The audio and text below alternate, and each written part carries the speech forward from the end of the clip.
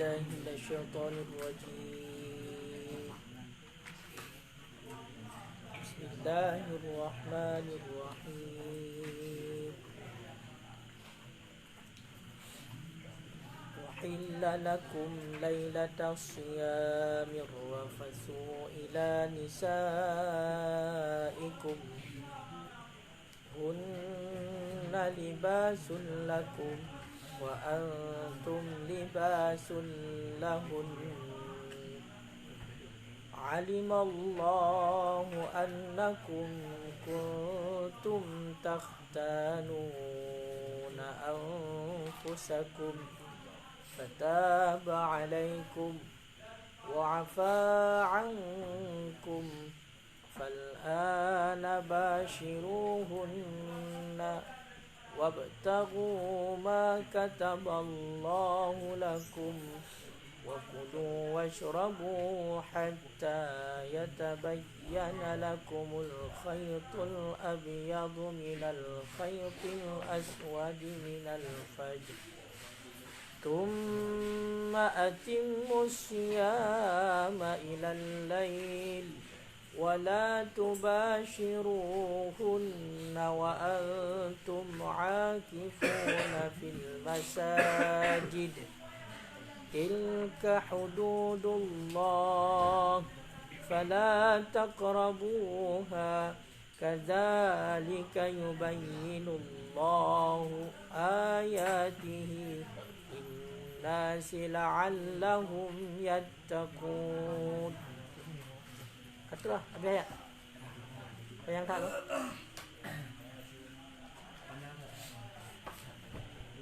Dia gawat ayat.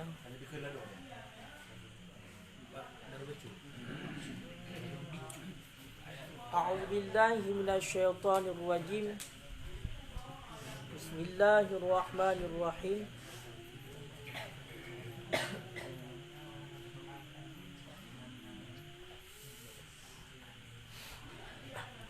Wahilla lakumul lailata siyamir rafasu. Halalkan bagi kamu lailata siyami pada malam puasa. Ar-rafasu akan rafas. Akan rafas. Makna rafas bermakna ifdah. Akan bersendagurau. Makna rafas bersendagurau.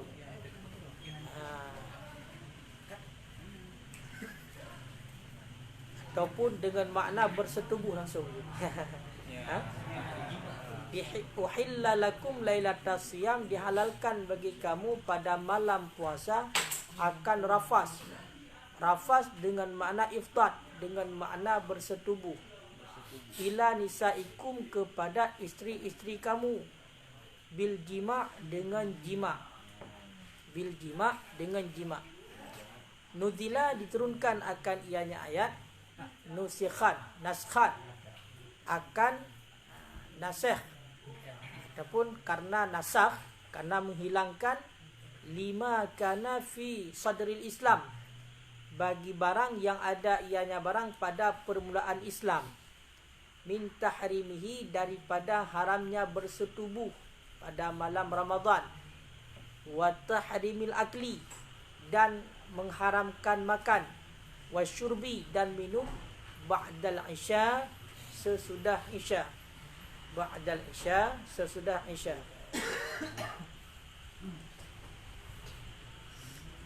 Jadi pada ayat yang sudah lalu, sa'ala jama'atun Nabi, jadi menanyakan oleh sekelompok jamaah kepada Nabi SAW, aqaribun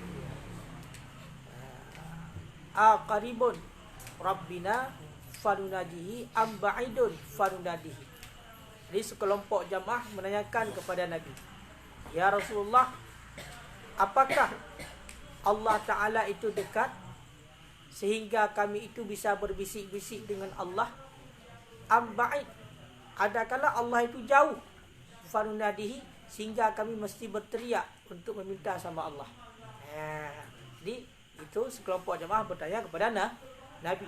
Ketika ditanyakan seperti itu, maka turunlah ayat turunlah firman Allah, wa iza sa'alaka ibadi anni fa inni qarib. Ya Muhammad, apabila menanyai akan engkau oleh hamba-hambaku anni tentangku, fa inni qarib, maka jawablah inni qaribun, sesungguhnya aku itu dekat, minhum, daripada mereka, bi'ilmi, dengan ilmuku. Fa akhbirhum bizalik, maka beritahu olehmu kepada mereka dengan demikian.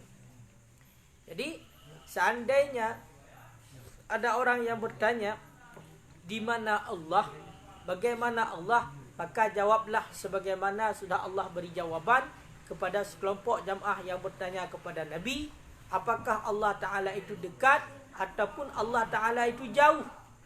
Maka kata Allah, wahai Muhammad, jawablah, wa iza sa'alaka ibadi anni fa inni qarib. Seandainya ada hambaku yang bertanya kepadamu di mana aku tentangku, fa inni qarib, maka sesungguhnya aku itu dekat. Dekat bi'ilmi, dengan ilmu Allah, dengan ilmuku, kata Allah. Jadi intinya jangan dimaknai dekat di sini adalah dekat seperti dekat kita dengan seseorang, kedekatan kita dengan teman ataupun keluarga, karena itu punya jarak.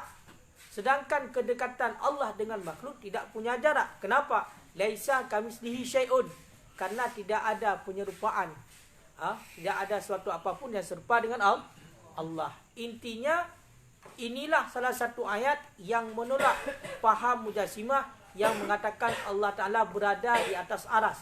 Allah Ta'ala duduk di atas aras. Kenapa? Karena Allah Ta'ala itu dekat. Bagaimana dekatnya Allah? Maka digambarkan. Digambarkan hanya sebagai perumpamaan bentuk dekatnya Allah. Tapi bukan seperti itu. Seperti dekatnya leher dengan urat leher. Maka dekatnya leher dengan urat leher itu tidak bisa dipisahkan. Maka begitulah kedekatan Allah dengan hambanya. Layaknya kedekatan yang memang punya jarak, itulah kedekatan mata putih dengan mata hitam. Mata putih dia itu tidak bisa melihat mata hitam, mata hitam dia itu tidak bisa melihat mata putih. Kenapa? Karena saking dekatnya. Apalagi kedekatan Allah dengan hambanya. Maka sungguh tidak ada jarak.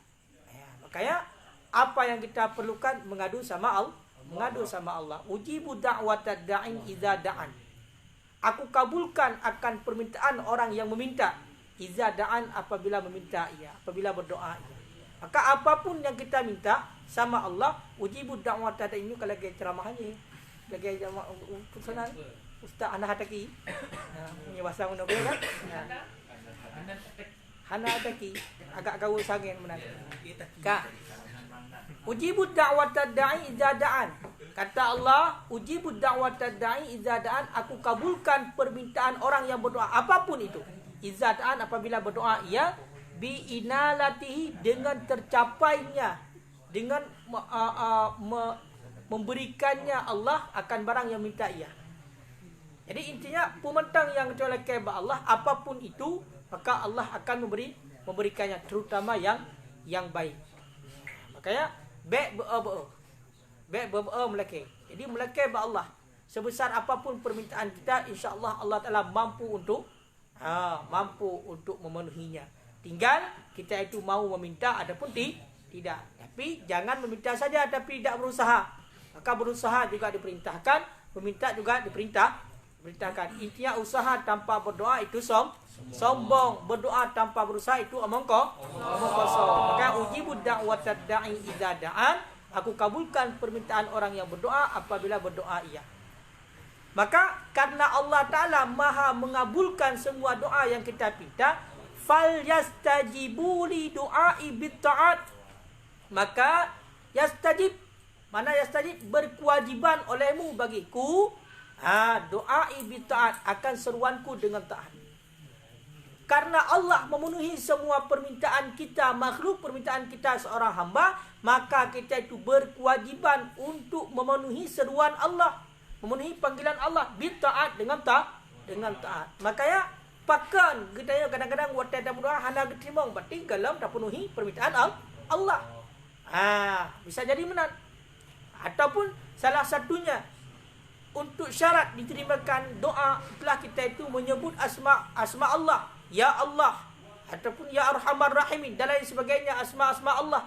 Maka di ketika kita menyebut Ya Allah, kita panggil dengan kata Ya Allah di ketika berdoa, maka janji Allah doanya mustajabah. Seandainya pun tidak mustajabah, itu pertanda ada kesalahan yang terdapat pada diri kita, sebagaimana yang tersebut di dalam kitab Muraqiah Mudiah. Nyawa ke Majalisus Saniyah.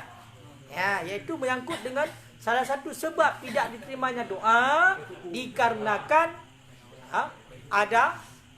ada makanan haram di dalam tubuh. Makanya kenapa doa kita tidak diterima sedangkan kita memakai Ismul A'zam, itulah Ya Allah, maka pengaruhnya adalah makanan pada tubuh. Maka setiap doa yang disebutkan Asmaul A'zam, itulah kata-kata Allah, Ya Allah, Ya Allah, Ya Allah, ketika berdoa, maka tetap doa itu mustajabah, kecuali dalam tubuh kita itu ada makanan yang haram. Maka kita taubat dulu daripada makanan yang haram, barulah Allah Ta'ala menerima doa kita. Makanya karena Allah menerima semua doa yang kita minta, maka berkewajiban bagi kita adalah untuk memenuhi juga seruan Allah, permintaan Allah, itulah dengan taat. Wal yu'minu bi la'allahum yarshudun. Dan hendak kita itu selalu dalam keadaan berkekalan di atas keimanan. Jadi sampai kita mati, jangan sampai terlepas keimanan. Wala tamutunna illa wa antum muslimun. Dan jangan kamu mati melainkan kamu dalam keadaan orang yang Islam. La'allahum yarshudun. Yakinkanlah kita itu akan terpetunjuk. Mungkin penjelasannya berarti kali sedikit yang kalau dalam hal-hal yang penting. Nah, boleh se orang berarti nak tahu juga. Di pakan makin kadang-kadang wate tergerak hati untuk taat dan berarti memang nak bertambah taat, tapi pakan sang-sang makin bertubi-tubi cobaan lalu dia. Itu salah satu pertanda juga Allah telah menerima doa kita. Di saat semakin kita itu berusaha dan berdoa, semakin banyak cobaan yang Allah berikan. Itu layaknya seperti yang digambarkan pada cerita-cerita para rasul terdahulu. Maka semakin raya, semakin besar level seorang hamba, semakin tinggi pangkat seorang hamba, maka cobaannya semakin besar, semakin berat. Betul ya, semakin berat semakin besar. Kenapa seperti itu? Di saat kita itu sebenarnya, di saat kita dicoba dengan suatu ujian, yang menurut kita itu lebih besar daripada ujian yang tertimpa kepada orang lain, maka tahukanlah level kita semakin naik. Karena hanya orang-orang tertentu saja yang dicoba oleh Allah dengan cobaan yang berat. Kenapa? Karena Allah Ta'ala tidak akan memberi cobaan kepada seorang hamba yang tidak sanggup dia pikul. La yukallifullahu nafsan illa usaha. Allah Ta'ala tidak memberatkan berarti sesuatu yang tidak sanggup dipikul oleh hamba. Maka intinya setiap cobaan yang Allah berikan, maka ketahuilah, yakinkanlah semua itu akan sanggup kita jalani, akan sanggup kita lewati. Cuma patokan ataupun keinginan untuk menjalaninya, mau ataupun tidak. Ketika kita mau menjalaninya dengan jalan bersabar dan lain sebagainya, maka kita akan menang. Seandainya kita tidak mau menjalaninya, maka kita kalah. Intinya untuk level, berarti hanya berada di level itu terus, tidak akan naik. Tapi bila seandainya kita sanggup melewatinya, maka kita naik level. Level marketing lah. Kayak derajat lah. Di saat kayak derajat lah, maka akan ketimpa dengan cobaan yang lebih raya lah. Buktinya, Syekh Barsisa, Syekh Bal'am, ketika diuji oleh Allah, yang tu iblis dan syaitan kena iblis pura-pura tu. Kena pion-pionnya hana. Pion-pionnya yang punya baju kerupuk dia hana pelai. Raja anak tu kena, bos. Makanya begitu juga.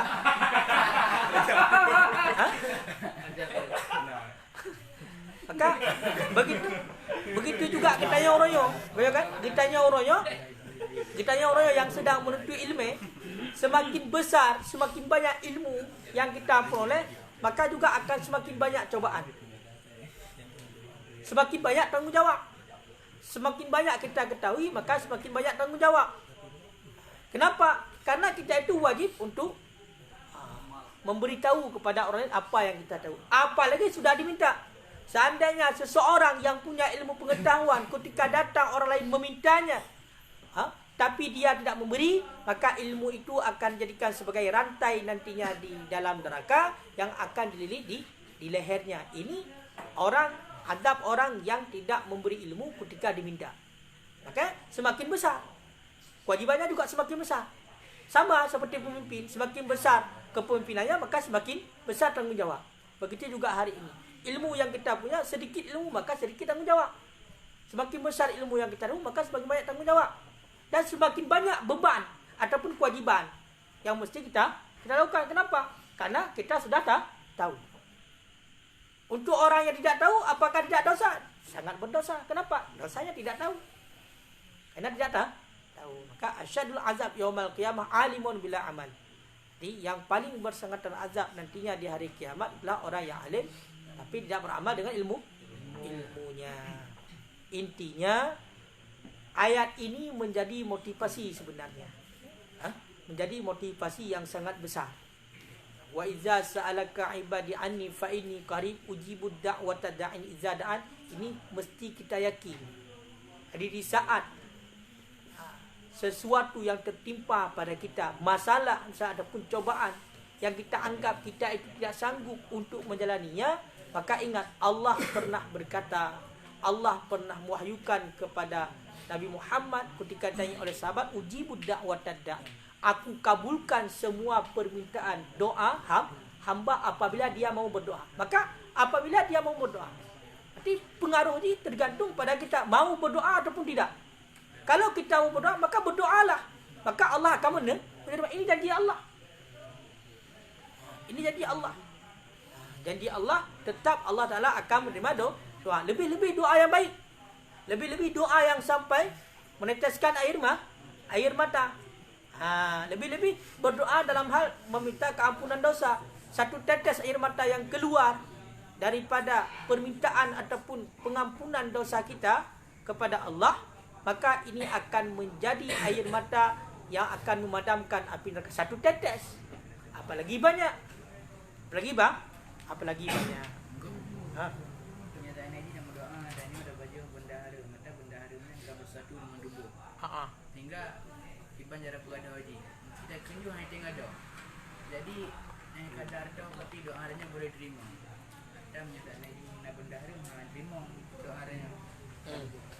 Selama kita sudah bertobat daripada makan makanan yang haram, benar-benar tobat, maka kita sudah dianggap orang yang tobat. Intinya kita itu tidak memakannya lagi dan bercita-cita untuk tidak memakannya lagi ke depan, dan memang itu memang keinginan kita dan menyesal di atas yang kita perbuat, maka itu sudah dikatakan taubat nasuha. Di ketika seperti itu sudah kita laksanakan, maka sudah dikatakan taubat, maka diterima lagi doa. Berbeda dengan pengaruh kepada harta mencuri, maka cara mentobat harus mengembalikan barang yang kita curi. Tapi kalau menyangkut dengan hubungan kita dengan Allah, maka kita tobatnya dengan Allah. Intinya Allah yang lebih tahu kita itu benar bertobat ataupun tidak. Makanya yang dikatakan dengan tobat ayyatuba, kembali ia. Summa la ya'udu ila dzambi kama la ya'udu labanu ila dzar'i. Kembali ia daripada dosa, kembali ia kepada Allah.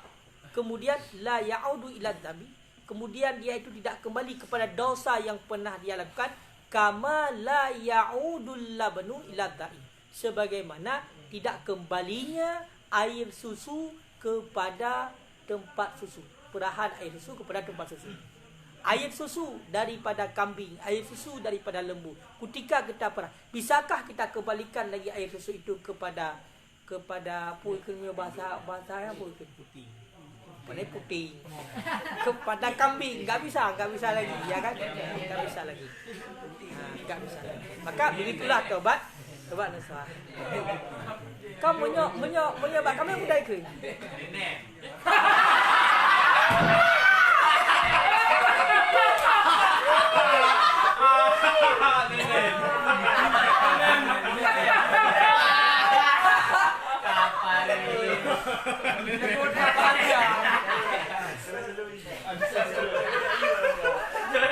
Sangat brutal. Nenek.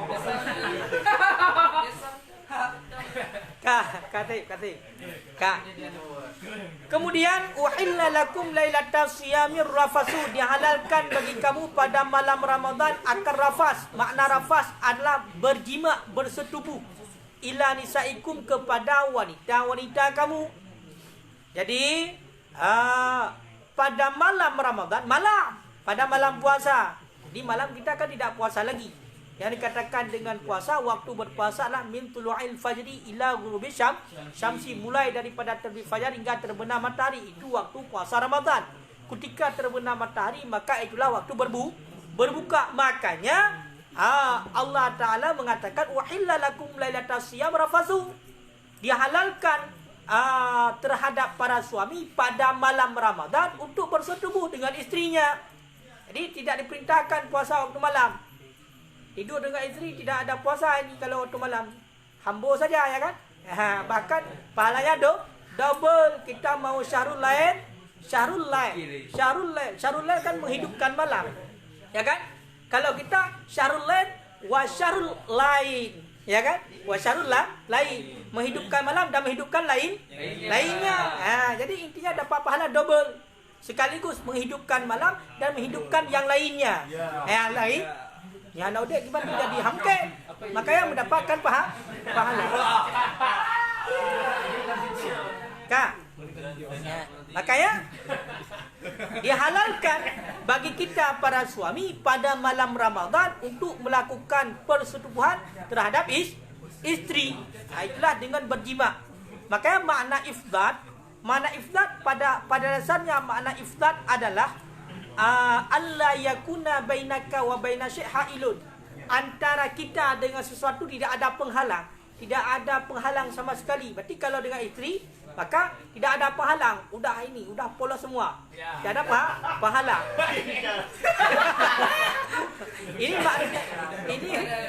ini makna ifdat pada asalnya, tapi makna ifdat di sini bal walaisal murad huna, dan tiada ianya makna itu maksud pada sini. Bal al muradu bihi huna ifdal khasu bil jima, tapi yang dimaksudkan dengan ifdal di sini adalah jima, bersetubuh. Karena ada juga makna ifdal adalah memecahkan perawan. Maka kalau kena makna dia iftidat adalah memecahkan perawan. Makanya hino kenyan yang ke mana? Hino adalah maknanya adalah bersetubuh. Makanya pada malam Ramadan boleh hukumnya terhadap suami tidur bersama istrinya adalah bikin adik baru boleh. Ya kan? Halal. Ya. Nudila naskhan, diturunkan ayat ini karena untuk menasahkan bagi barang yang ada pada permulaan Islam. Jadi ayat uhilla lakum lailatas siyamir rafasu ila nisaikum ini diturunkan adalah sebagai nasah bagi hukum yang ada pada permulaan Islam. Mana hukum permulaan Islam? Hukum yang terjadi pada permulaan Islam adalah min tahrimiha, haram untuk melakukan bersetubuh di waktu malam Ramadan. Jadi bukan siangnya aja kita berpuasa, malam Ramadan pun kita mesti berpuasa. Bagaimana kita itu orang yang baru nikah? Bulan Syakban kita menikah, akhir bulan Syakban, 29 Syakban kita menikah. Masuk bulan Ramadan, puasanya siang malam. Apa yang terjadi? Itu pada permulaan Islam, pada waktu malam Ramadan kita itu tidak boleh bersentuhan ataupun melakukan hubungan intim dengan isteri. Tidak boleh. Itu pada permulaan Islam. Makanya ketika Rasulullah diutuskan, maka turunlah ayat boleh, halal. Pada malam Ramadan halal bagi kita itu para suami untuk bersetubuh dengan istri, boleh, halal hukumnya. Bahkan kalau misalnya dengan niat yang baik untuk memperoleh keturunan, untuk menyenangkan para istri, untuk bermanja-manja romantis sama istri, dapat pahala double. Qiyamul lail pahala dosa. Dua macam pahala. Qiyamul lail menghidupkan malam. Orang menghidupkan malam dengan tadarus, dengan berzikir. Kita menghidupkan malam dengan istri. Dan juga kita itu mendapatkan pahala qiyamul lail, mendirikan yang lain. Makanya sekarang sudah boleh. Jadi maksud nisaikum ini bukan istri orang. Maka maksud di sini adalah halailukum. Orang yang halal adalah istri ataupun budak wanita. Ya, budak wanita. Jadi Pak Surah buka ni. Pak Surah berarti uragamnya ibarat talu syahwat dengan mana?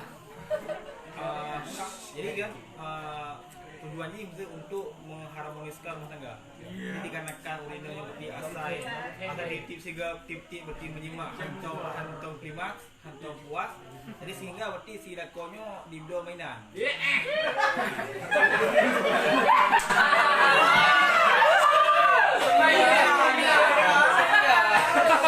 Ngeri. Tujuannya berarti untuk membantu jima supaya si istri dapat mencapai klimaks, sehingga berarti adanya sakinah mawaddah warahmah dalam pernikahan.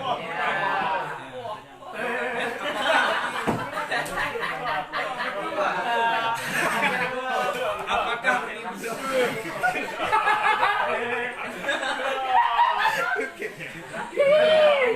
jadi apakah nanti bak berarti blonya dan juga bak pakai mainannya?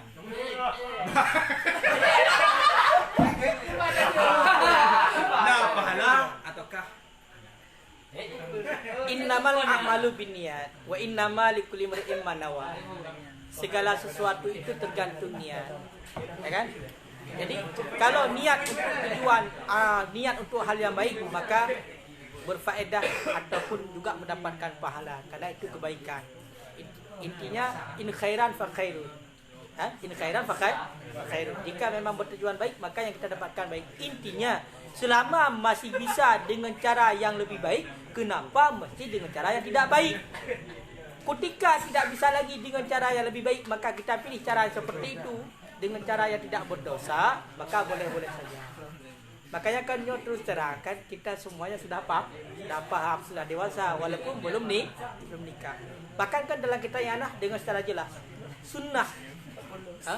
sunnah bagi seorang laki-laki yaitu memakai sesuatu ataupun kibar menyenang berah patusanul audiyah, disunahkan akan memakai obat ataupun berobat untuk memuaskan istrinya. Sunnah. Makanya sebenarnya kalau cara dalam agama memang sudah diajarkan, kodratnya wanita memang dia itu kuat dalam hal itu, kodratnya laki-laki memang lemah dalam hal itu. Makanya ada kesunahan setiap hari Jumat laki-laki ya kan, hutan rimba itu dicukur, ya kan? Hutan rimba dicukur, bagi wanita dicabut. Kenapa? Karena cukur itu menyebabkan kepada kuat syahwat, cabut itu menyebabkan lemah syahwat. Di ketika laki-laki mencukur, perempuan mencabut, maka jadi imbang. Maka seperti itu cara dalam agama, ya kan? Seperti itu. Dan sebenarnya kalau kita sudah paham, maka di dalam kitab pun banyak dijelaskan mengenai tentang bagaimana cara untuk memang, bahkan kan punya doa. Allahumma qawi zakari fa innahu manfa'atan li ahli. Ya kan? Salah satunya.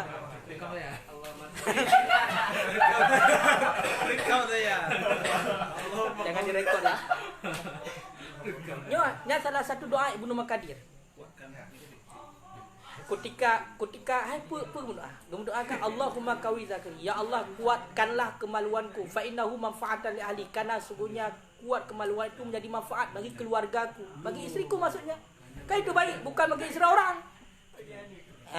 Maka itu doa. Makanya kan bagi kita para ini kan para pelajar ilmu agama, kenapa harus memakai yang di luar dulu, maksudnya yang kira-kira berefek seperti memakai obat, sedangkan kita itu punya doa-doa khusus ataupun trik-trik khusus. Maka pakailah yang muslihat terlebih dahulu. Dia tak ada pegang, direkod layar. Tapi kalau dia tak pegang. Kak. tipu dia. Kan. Benar saya pit juga. Dua mainan kan. Tapi sana dia bagiannya kan Kan, jadi pada permulaan Islam, pada permulaan Islam diharamkan untuk berseteru pada malam Ramadan. Kemudian diharamkan untuk makan dan minum sesudah Isya. Jadi ketika masuknya waktu Isya, maka sudah tidak boleh lagi bergaul dengan isteri, tidak boleh lagi makan, tidak boleh lagi minum. Itu pada permulaan Islam. Kemudian setelah itu maka dihalalkan oleh Allah untuk bersetubuh dengan isteri pada malam Ramadan, makan dan minum dan lain sebagainya. Tidak ada larangan lagi. Apa yang dilarang ketika siangnya, maka di waktu malamnya dibolehkan. Kak, bagaimana tak kena? Kau bahaya kalau nak kahwin ni. Okey. Okey. Jadi di mana? Kak. Kak belum?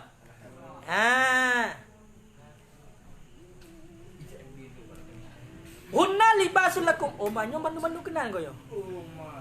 Hunna libasul lakum wa antum libasul lahunna. Bermula mereka itu wanita, libasul lakum itu pakaian bagi kamu laki-laki.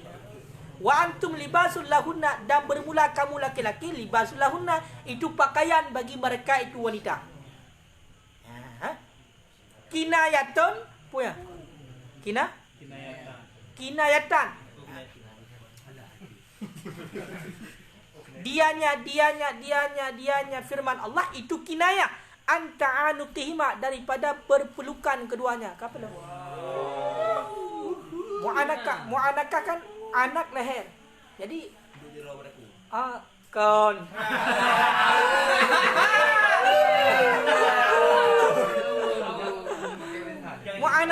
Mu'anakah saling merangkul leher. Merangkul leher. Berpelukan. Dianya firman Allah itu kinayah daripada berpelukan au ihtiyat kulli minhuma ila sahibi, ataupun membutuhkan tiap-tiap daripada keduanya suami isteri kepada sahibnya, kepada empunyanya. Jadi kita itu laki-laki tidak boleh egois. Maka ini perlu diingat. Ini bukan saya yang sampaikan, tapi memang ini ayat. Hunna libasul lakum. Memang pada pertama kali disebutkan hunna. Hunna adalah wanita. Wanita itu pakaian bagi laki-laki. Bagi kamu laki-laki. Jadi intinya wanitalah yang dia itu berkewajiban untuk mentamkinkan diri, menyerahkan dirinya seutuhnya kepada suami dalam keadaan apapun, selama tidak dalam posisi yang diharamkan. Maksudnya selama tidak dalam keadaan haid ataupun dalam kondisi yang memang dibolehkan dalam agama, maka wajib seorang isteri itu memenuhi, menjadi pakaian bagi suaminya. Di saat suaminya lagi kedinginan, maka apa? Pakaian mesti dengan segera hadir. Kenapa? Karena ini sebagai kinayah. Intinya hunna libasul lakum. Pada pertama kali memang wanitalah yang menjadi pakaian bagi laki-laki. Kemudian kita sebagai laki-laki bagaimana? Wa antum libasul lahunna. Kamu orang laki-laki, libasul lahunna juga pakaian bagi wanita. Maka sebenarnya keduanya. Pakaian kita laki-laki adalah istri. Kemudian pakaian istri adalah suami. Makanya kalau kedua-duanya menjadi pakaian dan menjadi tempat yang dipakaikan pakaian, maka skornya satu sama. Faham tidak?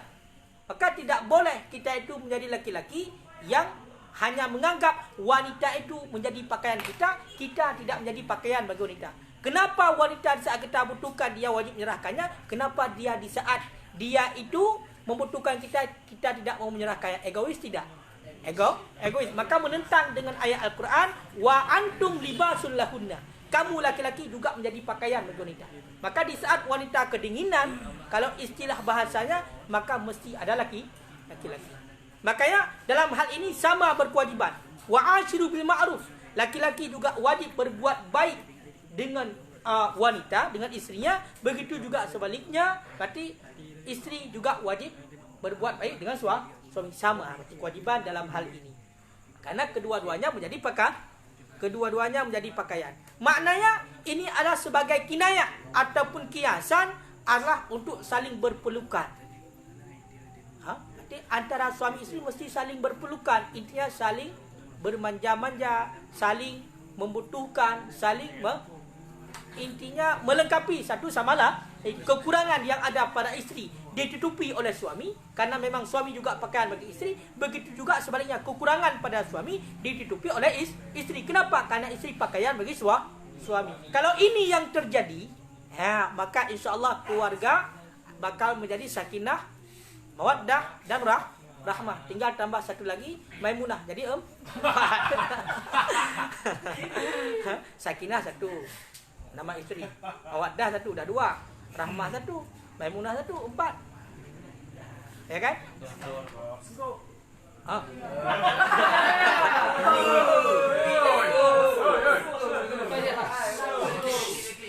Lako paksa inang jemaah. Kiba. Paksa inang kau. Perkosa isteri sendiri.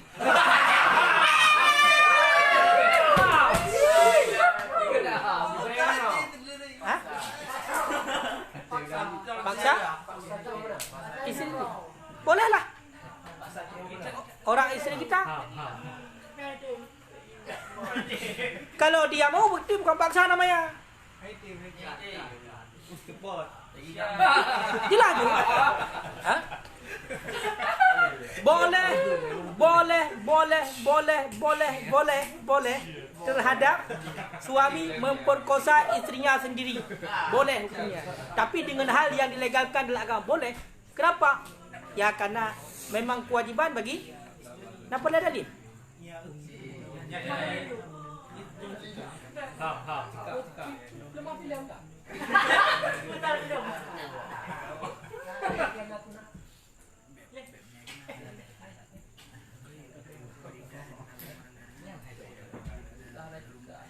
Boleh hukumnya, memang boleh. Karena memang itu hak kita. Jadi ketika kita itu membayar mahar untuk isteri, maka mahar itu adalah sebagai ujrah ataupun kita itu membeli manfaat daripada kemaluan pada isteri. Maka ketika isteri membangkang, dia itu tidak mau memberi, maka dia yang berdosa. Maka terhadap kita ya bolehlah kita paksa. Meskipun menyakiti. Makanya di sini jangan menyakiti. Tapi dalam hal menyakiti kepala ya.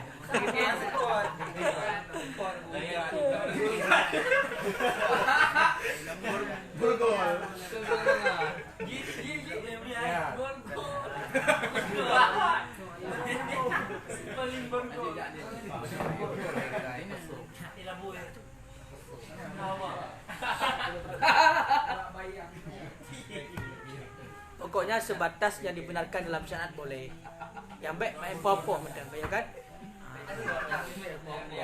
Hanya mesti sampai OTK hitam kada apa hanyut. Karena berarti di saat wanita itu menolak ajakan suami untuk berhubungan itu, berarti dia nusyud. Maka nusyud itu melalui kepada 3 proses. Yang pertama adalah diingatkan, dinasihatkan. Ketika dia masih nusyud, maka pisah ranjang. Ketika juga dia masih nusyud, maka pisah ranjang dan tidak diberi nafkah. Ketika juga dia masih nusyud, maka barulah dipukul dengan pukul ta'adub. Mana pukul ta'adub adalah pukul untuk memberi adab, mendidik. Intinya kita laki-laki juga pakaian bagi wanita. Makanya tidak perlu kita itu menyakiti wanita. Kenapa? Karena kita perlu mengingat yang bahwasanya kita itu punya ibu. Kita lahir daripada wanita. Maka jangan sakiti wanita.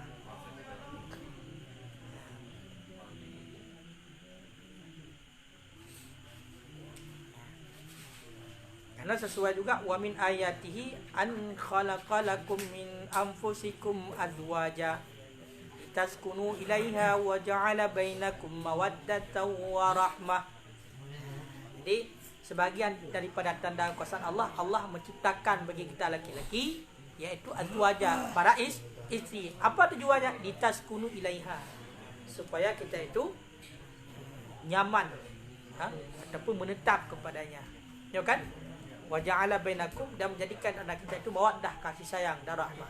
Tapi intinya satu perlu kita garis bawahi, walaupun dalam syariat dibenarkan untuk kita itu nikah 2, 3 dan 4, maka fa in khiftum alla ta'dilu fawahidah, ini mesti digaris bawahi. Jika kita itu dikhawatirkan tidak sanggup untuk adil dengan para isteri kita, maka fawahidah, cukup satu saja, jangan ditambah. Kenapa? Karena ketika ditambah maka akan bertambah beban, sehingga yang terjadi adalah kehancuran. Makanya di balik kesuksesan para suami ada isteri yang membersamai mereka, bukan di belakang. Maka isteri bukan di belakang suami, tapi bersama suami di samping. Menyebut kedina kata-kata berarti budak isteri berarti dilikat. Berarti kesuksesan para suami tidak terlepas daripada isteri di belakangnya. Aku tinggal belakang isteri, kebut lakon kau lain. Salah. Wajib membersamai. Ketika gerak seorang suami keluar daripada rumah, maka sudah barang tentu bila keluarnya suami atas ridha isteri, sudah barang tentu ridhanya saja menjadi doa, sehingga rezeki para suami itu diperoleh karena ridha para isteri. Karena rezeki pada suami yang pada dasarnya hanya untuk dia sendiri, di ketika dia punya isteri, maka Allah berikan rezeki isteri pada suami. Okay, rezeki masing-masing. Di ketika punya anak, maka anak juga diberi rezeki pada suami. Okay, ketika kita berkeluarga, sebenarnya semakin banyak rezeki yang Allah berikan. Maka sesuai dengan hadis, an-nikahu miftahur rizki. Nikah itu adalah kunci rezeki. Lantas kenapa kita tidak mau menikah? Wallahu alam. Tunggu waktu dan saatnya saja. Yang baik hanya rencana menikah, yang baik. Jangan sekali-sekali kita tidak punya rencana untuk menikah. Kenapa? Faman ghariba an sunnati falaisa minni. Barang siapa yang benci kepada sunnahku, bahagian daripada sunnahku, kata Rasul adalah nikah, falaisa minni, maka dia bukan daripada golonganku, bukan umatku. Ya kan?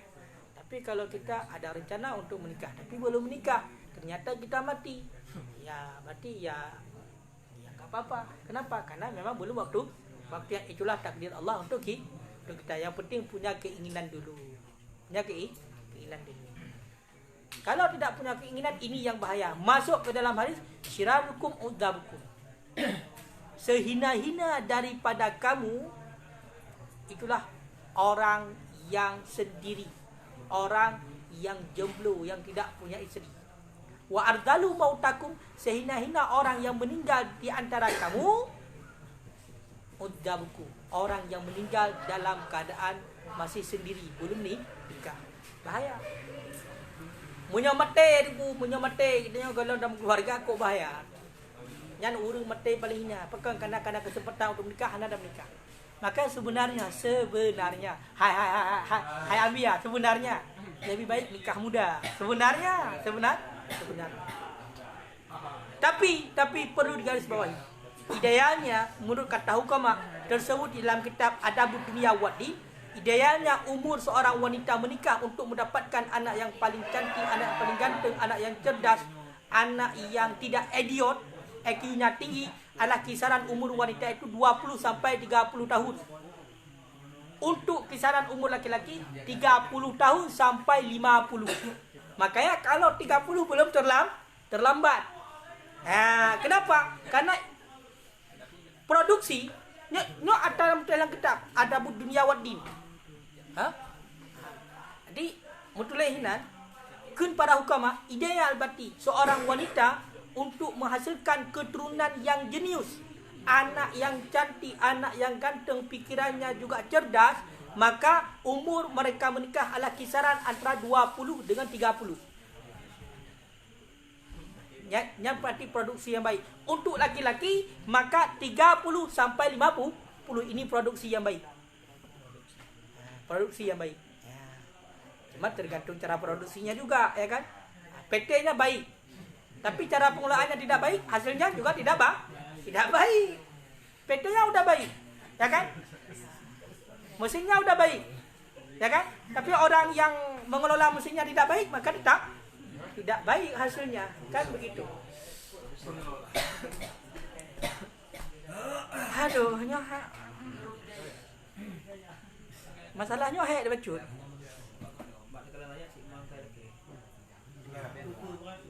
Memang kawan deh.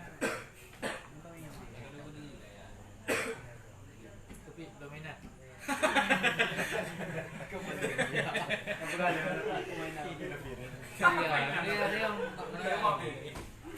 Kiban. Siapa kita punya? Kalau cepat.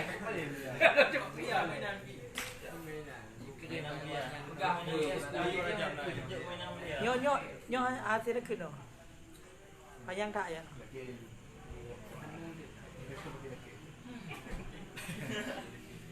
Main tadi kalau lucu. Mainan bicara juga tapi.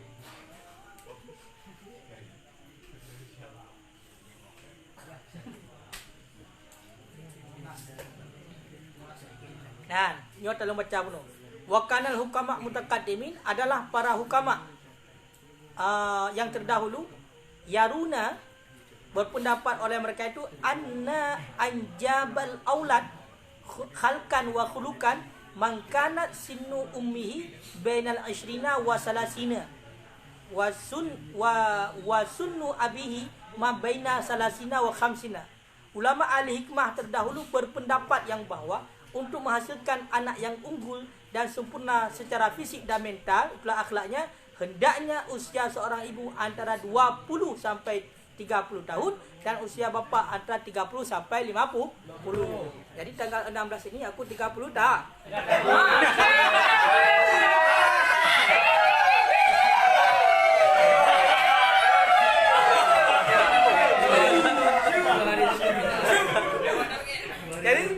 Jadi bersiap-siap ya untuk tahun depan ya.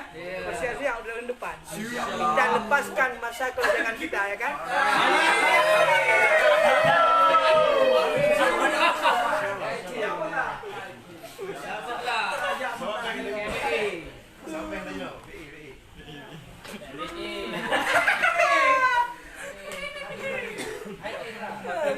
Ketat nah Dewi.